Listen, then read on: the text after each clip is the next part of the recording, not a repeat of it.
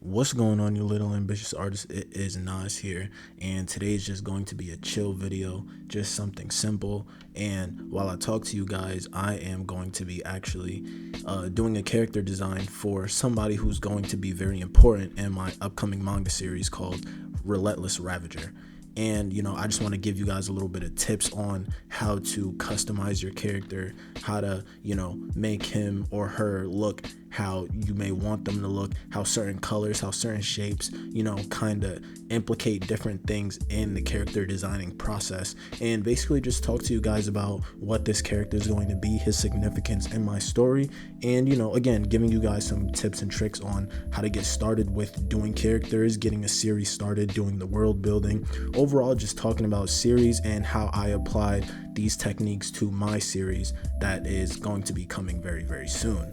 And with that being said, let's get right into the video. Now, first things first, before ever thinking about designing a character, it's very important that you come up with in your head what you want the character to be like, what do you want their personality to be, what weapons you may want them to have, what accessories do you want them to have, what color will they be, because all these things play a role in the character designing process. For example, like colors speak a language. Red is usually like for an angry character or a very aggressive character, as we see throughout different forms of media. Blue represents or signifies some type of elegance, and like so on and so forth. So these different colors can signify different things, along with kind of like accessories that different characters wear.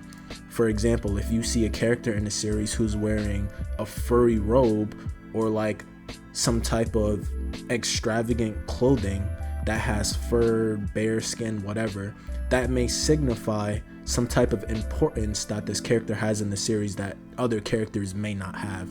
And this kind of leads into my character. In my series, there's going to be a person who's called the Grand Paladin, and the Grand Paladin is basically like, think of them as like the Hokage figure. Think of them as like Yamamoto from Bleach. Like he's basically the highest ranking person in political power in the series, and he's basically going to have this cape, the robe, that has a lot of fur on it, which signifies a lot of elegance, which signifies a lot of royalty. He also has a lot of gold plating on his clothing, which again, that signifies some level of royalty, some level of significance.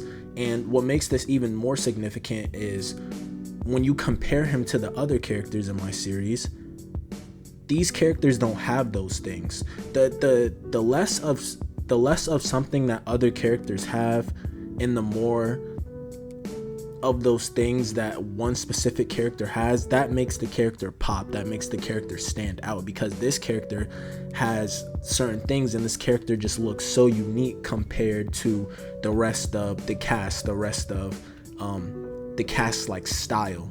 So that kind of makes the character stand out. So think about the kind of colors you want to use, think about the kind of shapes that their clothing is going to be, think about the certain accessories that they're going to be wearing, because again, all these things play a part in how your character may come off, and may play a part in how your character's personality may seem. Colors and accessories on your character's clothing goes a very long way, so I want you guys to be very mindful of that, which is why I keep emphasizing it.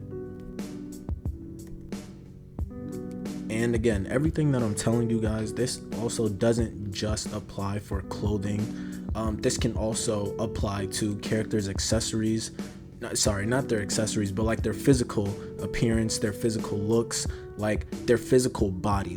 And what I mean by that is, like, you can make a character's eyes very round to show like they have a side of innocence to them, whereas you can use triangles, like make their eyes very sharp to kind of signify and show that this character is a bit more aggressive. So I feel like a good example of this would be from My Hero Academia, where you have Deku, who's a very lighthearted, very charming guy in the series. He's not very aggressive, he's pretty chill, and his eyes are very round, which signifies that kind of innocence that he has to his character. Whereas Bakugo, Bakugo, his eyes are very sharp, his eyes are very pointy, and that signifies and shows that he's a bit more aggressive, which reflects off of his personality. The way that you want to design your character, you want their design to reflect their personality. You want their design to reflect on how they act, because that makes your character seem more alive. That brings your character to more life. That makes your character pop. And you know, these are all things that you guys should be taking note of, like being aware. Like any anime you watch, any manga you watch, even any animated TV show that you watch, any animated series that you watch, I want you guys to pay attention to what they're wearing, pay attention to their physical accessories, and you know, pay attention to how their design reflects off how they act. Like another example, if your character is like fat or your character is like overweight, you want to reflect that in their personality by them maybe like being lazy, or like them only doing things when they feel like it, like not having a sense of urgency. Like those are the type of things that you want to think about when character designing. You always want to come up with the personality first. You always want to come up with the type of character you want to make first, and then after you do that is when you go all in on the design and come up with ways to reflect the design off the personality. I'm telling you guys, that's the key. And for everything that I just explained to you guys, I'm going to explain how it reflects off of my character that you guys see me drawing right now. I already mentioned the fur coat, not really a coat, but his cape, the gold plating on his suit or his clothing. It signifies a type of royalty in my series, because not a lot of characters have that type of clothing. Not a lot of characters have that kind of significance. Not a lot of characters have access to this kind of extravagant clothing. On top of that, you guys may see that he has a sword, like kind of like a crystallized black diamond sword that, you know, I'm giving him because again, he's the highest ranking person in power in my series. And that sword kind of signifies that it's not a normal sword. This sword is forged from something like beyond what, you know, regular swords are, forged from something beyond what normal humans are capable of doing. And you know, I'm obviously going to explain that in my series, like once I go on and on, but I just want you guys to understand like how this plays a part. So when you guys read my series, you guys can automatically look at this character and be like, oh, he must be more important than the other characters because he has A, B, C, D, X, Y, Z. And you know, all these other characters that I'm looking at don't have A, B, C, D, X, Y, Z. Even the main character doesn't have these accessories, items, doesn't have this kind of look and swagger to him that reflects off of his personality. All these things are very, very, very important. And on top of the sword, he also has his earrings. They're called the earrings of Madarala. These earrings are very important to his powers and how they work. And you know, of course, I'm gonna let the book explain how they work and what does what, but I just want you guys to understand how like my character has a lot of jewelry and he has a lot of extravagant clothing features and accessories on him to give off this idea that he is powerful, he is important, he is extravagant, he's not a normal character, because that's he's not, and that's what I'm trying to give off, and that's what I'm using to give that off. And whatever you guys may think of for your series is what you use. You know, I'm not saying do the exact same thing as me, but you know, again, this is what I spoke about in the beginning of the video. It all comes back to world building. What kind of things do you want to have in your series? What kind of accessories do you want to have in your series? What kind of technology do you want to have in your series? Because those things play a part in what a more important character may wear or may not wear, or how a more important character would look.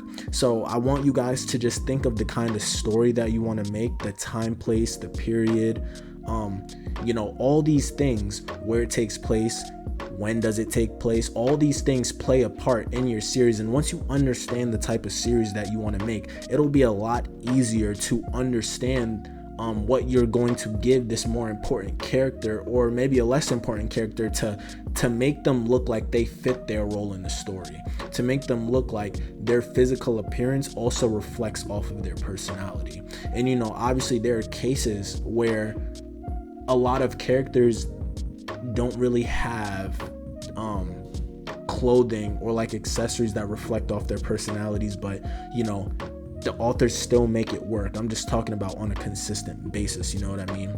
So I want you guys to always think of that, and also always think of, how can I improve? What examples can I use going along in the story to further push this idea? Because it's more than just creating the character, designing the character. It's more than that. It's also, how can I show examples, show physical demonstrations of why this character has what in this series.